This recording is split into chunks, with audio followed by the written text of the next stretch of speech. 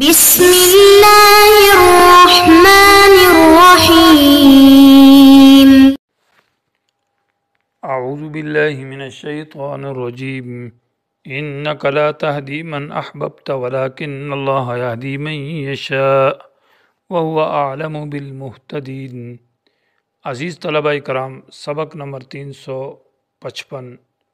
سورۃ القصص، آیت نمبر 56۔ دلیل نقلی علماء سے ذکر کی جا رہی تھی کہ قرآن سچی کتاب ہے اور یہ نبی بھی سچا نبی ہے۔ انک لا تہدی سے ایک شبہ کا جواب ہے کہ جب یہ نبی سچا ہے اور کتاب بھی سچی ہے تو کیوں ہدایت نہیں ملی ابو طالب کو، جو کہ نبی کا چچا ہے اور قریب ہے؟ تو اپنے قریبی کو، جب سچا نبی تھا اور سچی کتاب تھی، تو اپنے قریبی رشتہ دار جو کہ سکا چاچا ہے اور بہت ہی خیر خواہ تھا، اس کو ہدایت ملنی چاہیے تھی۔ جواب کا حاصل یہ ہے کہ ہدایت پیغمبر کے اختیار میں نہیں ہے، ہدایت اللہ کے اختیار میں ہے۔ پیغمبر صرف دعوت دیتا ہے، بیان کرتا ہے، اسباب پیدا کرتا ہے۔ ہدایت دینا یہ اللہ تعالیٰ کے اختیار میں ہے، اور ہدایت جو ملتی ہے وہ طلب کے اوپر، عاجزی کے اوپر، انابت کی صورت میں ملتی ہے۔ ابو طالب کے دل میں وہ انابت، وہ عاجزی نہیں تھی، اس لیے اللہ نے ہدایت نہیں دی۔ ہدایت کے اختیار یہ اللہ نے اپنے پاس رکھے ہیں، یہ نبی کو نہیں دیے۔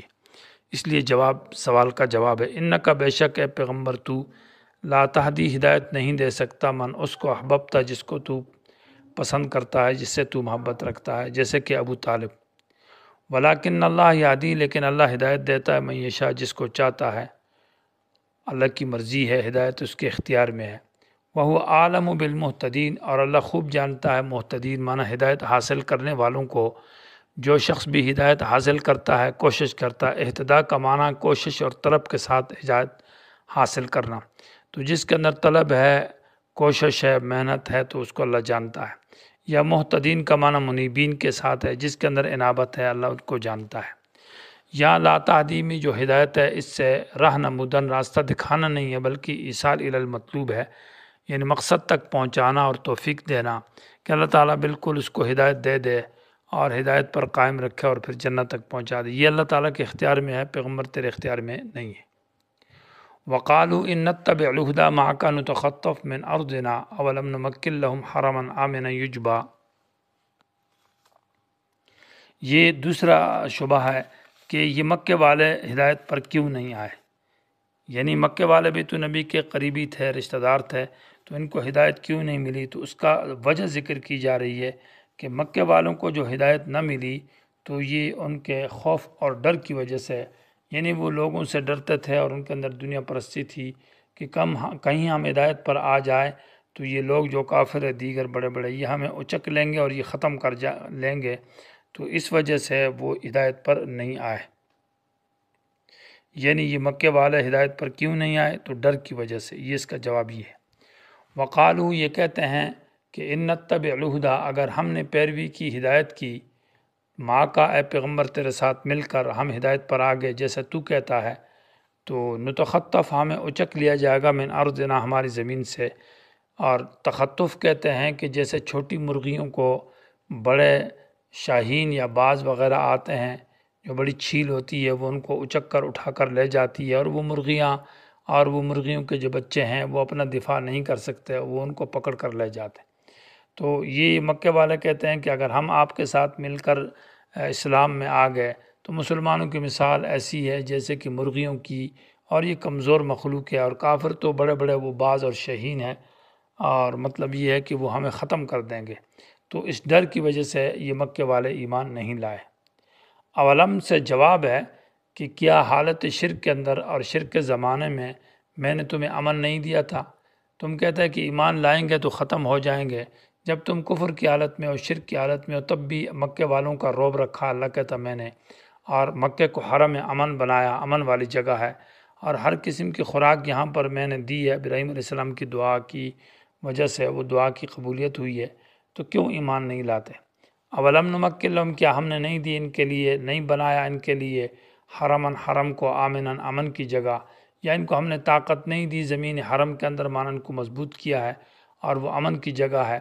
یجبا الیہ لایا جاتا کھنچ کر، اجبا کہتے ہیں مانا دور دراز سے کھنچ کر لایا جانا،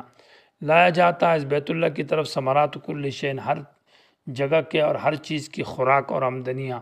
ہر قسم کا فروٹ، غلے، خوراک مختلف قسم کی بیت اللہ میں موجود ہے، رزقاً کھانے کے لیے، من لدنا خاص ہماری طرف سے ہے یہ انعام،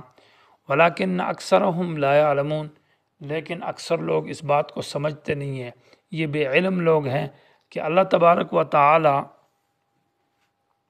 شرک اور کفر کی حالت میں جب دیتا ہے اور تو کیا وہ توحید کی حالت میں نہیں دے گا؟ ان لوگوں کے اندر یہ خوف علم نہیں ہے کہ اللہ تعالیٰ سے ڈرتے نہیں ہیں اور لوگوں سے ڈرتے ہیں، یہ بے علمی ہے۔ حالانکہ ڈر ان کو اللہ سے ہونا چاہیے اور لوگوں سے ڈر نہیں ہونا چاہیے، تو یہ کم علم ہے کہ لوگوں سے ڈرتے ہیں اور اللہ سے نہیں ڈرتے، ولیکن اکثرہم لا یعلمون۔ وَكَمْ أَهْلَكْنَا مِنْ قَرْيَةٍ بَطِرَتْ مَعِیشَتَهَا، اس آیت کے اندر ان کا سبب ذکر کیا جا رہا ہے کہ یہ ہدایت پر کیوں نہیں آئے، تو ہدایت پر نہ آنے کی وجہ اور سبب کیا ہے؟ تو وہ حب دنیا ہے، وہ دنیا کی محبت ہے، دنیا کے ساتھ دل لگاؤ ہے، اس وجہ سے یہ ایمان پر نہیں آئے۔ وَكَمْ أَهْلَكْنَا، کتنے ہلاک کی ہم نے، من قریۃ بہت سارے گاؤں کو، بطرت مانا جنہوں نے حد سے گزر گئے تھے، معیشتہا اپنی معیشت کے اندر، تو یہاں پر معیشتہ میں اصل میں فی مقدر ہے، فی معیشتہا، اپنی معیشت کے اندر حد سے گزر گئے تھے، دنیا میں بہت آگے بڑھ گئے تھے، تو دنیا میں محبت، دنیا کی کوٹھیاں، بنگلے، محلات، اور اللہ کے رسول سے جب ہٹ گئے اور تجاوز کر گئے اور دنیا میں بہت آگے چلے گئے، تو اس حبی دنیا کی وجہ سے ہم نے ان کو ہلاک کر دیا،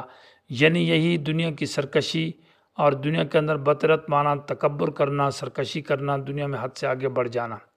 یا بطرت کا معنی ہے ناشکری، اور معیشتہ میں پھر فی مقدر نہیں ہوگا، معنی ہوگا من قریتن، ہم نے بہت سارے گاؤں کو ہلاک کیا، بطرت جنہوں نے ناشکری کی، معیشتہ، تو معیشت سے مراد اسباب معیشت ہے، یعنی اپنی زندگی کے جو اسباب ہے، خوراک ہے، اللہ تعالیٰ کی جو نعمتیں ہیں ان کی ناقدری اور ناشکری کی، تو اللہ کہتا میں نے تباہ و برباد کیا۔ فَتِلْكَ مَسَاكِنُهُمْ، پس دیکھو یہ ان کے محلات اور مساکن معنی جگہ ہے، رہائش ہے، رہائش کی جگہ قوم عاد ہے، قوم سمود ہے، قوم لوط ہے وغیرہ، بہت ساری قوم ہیں،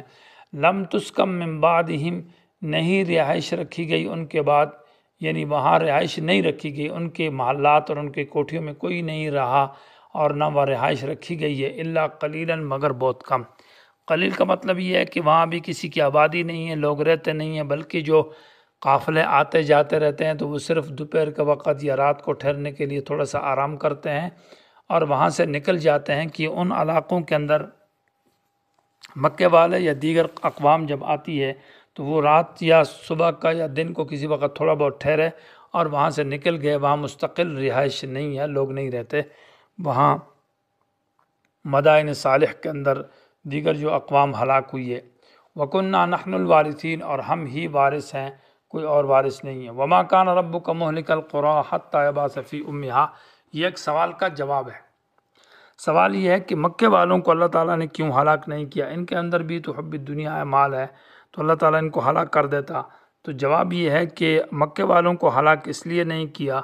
تاکہ اتمام حجت کے لیے، اللہ تعالیٰ ان پر اپنی حجت کو پورا کرنا چاہتا تھا کہ ان کی طرف رسول آئے، کتاب آئے، اور رسول آ کر ان کو بیان کرے کتاب کی حقانیت اور اللہ کی توحید اور معرفت بیان کرے۔ اگر یہ اس کے بعد بھی انکار کرتے ہیں تو تب ان کو ہلاک کیا جائے گا، تو اتمام حجت کے لیے ان کو ہلاک نہیں کیا گیا۔ وما کان ربک، اور نہیں ہے تیرا رب مہلک القریٰ، کہ ہلاک کرے گاؤں والوں کو، یعنی گاؤں والوں کو، حتیٰ بات یہاں تک کہ بھیجتا ہے فی امہا، اس کے درمیان میں یا وسط میں جو اصل گاؤں ہے، رسولاً ایک پیغمبر۔ تو وسط القریٰ جو ہے، القریٰ جو ہے وہ مکہ ہے، تو رسول کو بھیجتا ہے، یتلو علیہم، جو ان کے اوپر بیان کرتا ہے آیاتنا، ہماری آیات کو۔ تو جب تک یہ رسول نہیں بھیجا تب تک اللہ نہیں ہلاک کرتا اتمام حجت کے لیے۔ وما كنا مهلك القرى الا واهلها ظالمون، اور دوسری وجہ یہ ہے کہ صرف کفر اور شرک کی وجہ سے اللہ نہیں ہلاک کرتا، بلکہ کفر اور شرک کے ساتھ دیگر مظالم جب جمع ہوتے ہیں تو تب ہلاک کرتا ہے۔ مانا اللہ تعالیٰ کا رسول کا انکار ہو گیا، کتاب کا انکار ہو گیا، کتاب کا مقابلہ ہو گیا، اور انبیاء کے ساتھ مقابلے ہو گئے،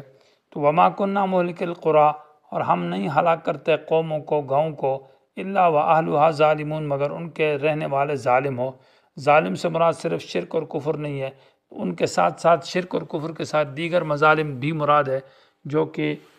رسول کا مقابلہ ہے اور اس کا انکار ہے، تو اس وجہ سے ہم قوموں کو ہلاک کرتے ہیں۔ یہاں تک سورت کے 2 باب ختم ہو گئے، یہاں کے بعد تیسرا باب شروع ہے جو انشاءاللہ اگلے درس میں ہوگا۔